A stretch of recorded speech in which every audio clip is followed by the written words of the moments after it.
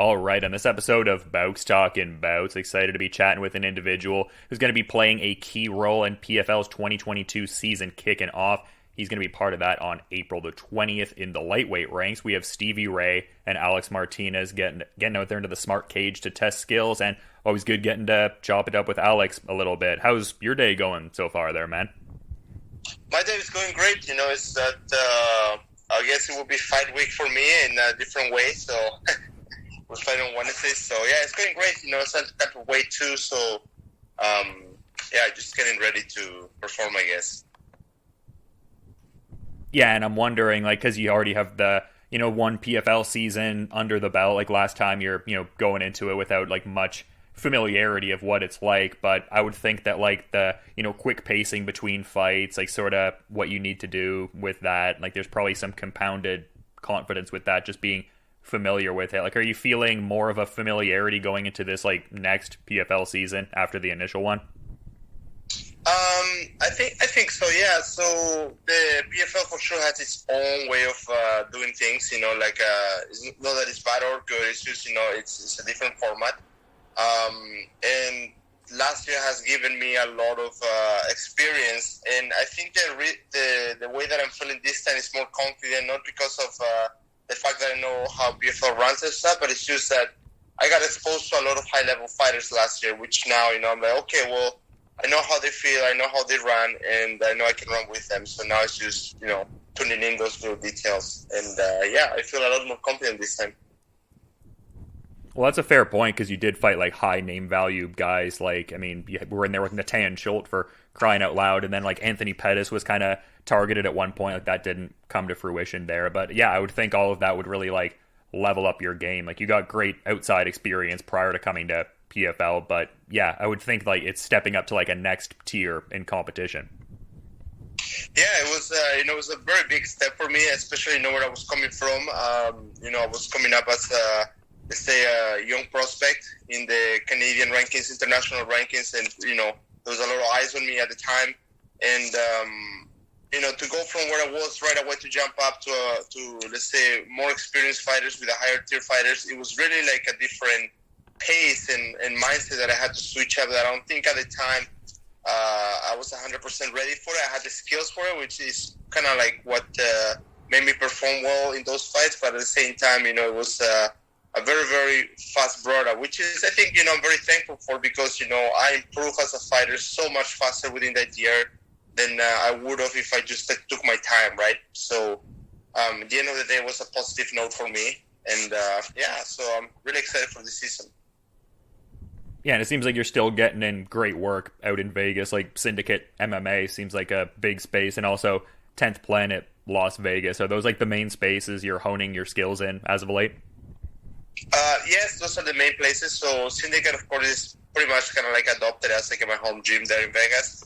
I get a great work there with John and the team. They're amazing. The coaches are amazing. So I love Syndicate. So they have a lot of great fighters, especially my weight class. That they get to help me a lot, and we get to improve together. And then I go and do my grappling most of the time there in 10th Planet whenever I can, right? It's an amazing place to go. Coach Casey is amazing. So, it's, I try to learn from everyone and get something from everybody. So, and also give a little bit from me to them, right? So it's I love Vegas. It's a great place.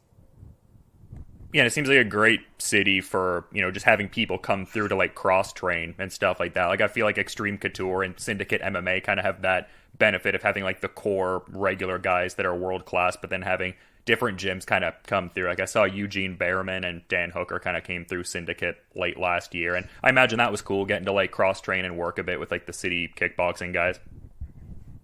Yeah, that's always great when you get to see, we always wonder, okay, what do these guys have, and then when you get to experience that in the gym, it's an amazing experience to go through, especially as a martial artist, that you're always trying to expose yourself and see what needs to be worked on. Everybody has something they're better at than you, so you get to learn a lot like that. Your mind gets to expand a lot. And like you say, Vegas is the hub of MMA, so you get to see so many people come through. A lot of people try to move there just to train. It's for sure the MMA mecca, I think. Yeah, and this is an intriguing card, at least for like the lightweight division and stuff like that. It seems like tremendous amount of high stakes fights are on the card. Like, are you somebody? I mean, obviously you're competing, so you're obviously like squarely focused on that. But is there a level of like following along with some of these other fights and scouting some of the guys for future bouts, or is that not so much of a dynamic? Right now, like you said, I'm just 100% focused on my guy. Then as soon as that's done, then I'm gonna go on and see what's how the cards went and plan out for the next one. Because like you said, the schedule is back to back. But at the same time, it's very important to take one fight at a time. Just because a lot of people make a mistake, I believe, to look ahead a little bit too much and then leave stones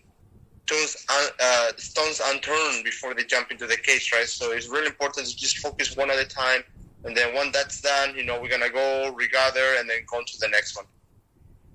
And I think, too, it probably helps that it's so outcome dependent. Like, I feel like there's a lot of, like, the points, relating to, like, say, if a person gets a finish, like, they'll match with a guy who has another finish certain time. So there's not as much of that dynamic in other promotions where you can even really think of that next opponent in a certain sense. Like, it's kind of just determined on like what happens through like the different bout outcomes. So I would think that the structure of PFL kind of takes a bit of that away from you and allows for that singular kind of focus for the upcoming one. Yeah, so like it's for sure really random the way they choose it. Well, I wouldn't say random, but it really depends on how the outcomes go. Like even before this, I kind of thought that they would probably match me up with somebody more of my style in the sense of like a striking, grappling, all together, well-rounded, instead of just a pure grappler or a pure striker, So I was like, okay, well, these are the guys that I think, are more like my style. And then Stevie Ray was actually one of those guys. And then sure enough, we ended up getting matched up against each other. So I was like, okay, well, there is a little bit of a pattern there that they have. Like last year, for example, we started with striker versus grapplers, and then that was like the first part of it. And then the second part of it, I realized that they were trying to match people more against their own caliber, like for example, striker versus striker, grappler versus grappler, and things like that. So that's something I noticed. But then again, like I said, right now it's completely different. Again, it all depends on what type of shows they'll try to put on. If they're looking for fireworks or they're looking for display on styles clashes or something like that. It's really hard to know. It's really random. But at the same time, they do a good job. They get good fights. So props to them, right? Yeah, for sure. Like, I was checking out the card, and I mean, like, Clay Collard versus Jeremy Stevens is a great one that jumps out. Nathan Schultz versus Olivier Aubin-Mercier. So, yeah, great way to kick things off for the lightweights there. But another great fight for sure is the one you have with Stevie Ray. Like, when I saw that was announced, I got excited there, and he's definitely got a resume for sure. I mean, like, he captured that lightweight title in BAMMA, same title in Cage Warriors. He's a UFC veteran as well. So, like, what are your thoughts on, like, what he really does well, like, his resume as a fighter, etc.? Well, I think, first of all, he's very experienced. That always helps. Experience is really important. And as well, he's just a tough guy, right? He's just really tough. His mind is there. He knows how to game plan well.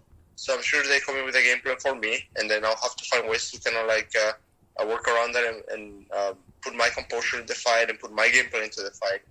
And I think he has what makes it hard for a fighter like Stevie is he's a southpaw, and we're not used to training with southpaws as much. And then he's well-rounded, so he can go to the ground, he can fight standing. So that's always a little bit of a complex for lots of fighters, just because fighters are really used to just being really good at one spot and then slowly transition to the other one. Where nowadays, you need to be good at everywhere. So, I think he's a strong guy. He's a tough guy, and then I'm really excited for it. I think I have all the tools to beat him. I'm strong too, and I'm fast, and I'm really looking forward to this fight. Yeah, and I'm curious to get your insights on this because, I mean, he did have like a submission grappling effort late last year, but it seems like he's been out of the MMA competition fold for a little bit. Like, I'm seeing the last victory he had over Michael Johnson, and the last bout as well was October 2019. Are you thinking there's going to be a certain benefit you have with, coming off of like a very active, busy PFL season and stuff like that? Like, do you think there's going to be like a degree of like him having to like reacclimate himself to the competitive space, or are you not really thinking there will be that kind of cage rust almost? Well, it goes through my mind, of course. You know what I mean. There is always that thing that we say, gym rust. Cage rust, just because people don't fight much. But at the same time, you know, I'm really in the spot where I think that everything is for me, nothing is against me, and you know, I use that as it is, right? So if that's a positive for me, then I take it. If it's a negative for me, then you know, I don't believe it. Yeah. So. At the same time, you know, it really comes down to how the fighters show up fight night. That's really what it is, you know. So if they go there, you know, wasting energy on thinking that they need experience in order to get into the fight, then that's going to affect them. If they go there thinking that they need, I don't know, their favorite shorts, that's going to affect them. If they go there thinking that they need more time in the cage, that's going to affect them. If they didn't train hard enough, that's going to affect them. So it really comes down to a mindset, I believe. And timing, that's really important. So something about being active is, you know, you get to see the real timing of an actual fight, you know. In sparring, it's really hard to copy that. You know, you can go as hard as you want, but still there are emotions involved just because you're sparring with people that you know, people that you admire, people that you will go later on and talk and have a coffee or, you know, a lunch or hang out with. So there is a lot more of a hold back, right? In real fights now, the time is just a little bit different. You know, things are a little more tense. You know, fighters are a little more stiff. And the fighters that can get over that hump in fight night seem to perform better.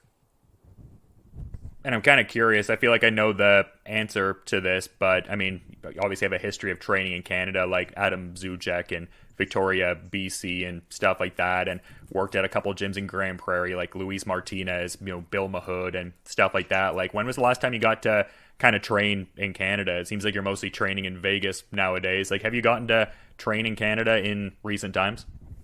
Yeah. Canada is still my home, so my house is there.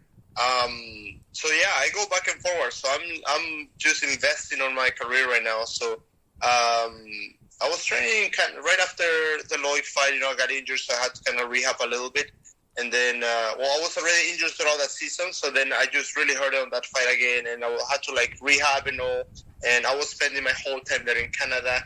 Then some things happened in my life that kind of helped me back. You know, I couldn't go into Vegas, so I was training in Canada that whole time all the way till November.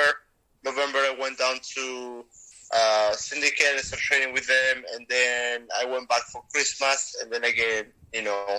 I stayed in Canada all the way through till pretty much my baby came. And then as soon as my baby was there, you know, I spent some time, make sure my wife was good, and right away I went back to training in Syndicate. And just not too long ago, I went spend 5 days just to see my little baby girl.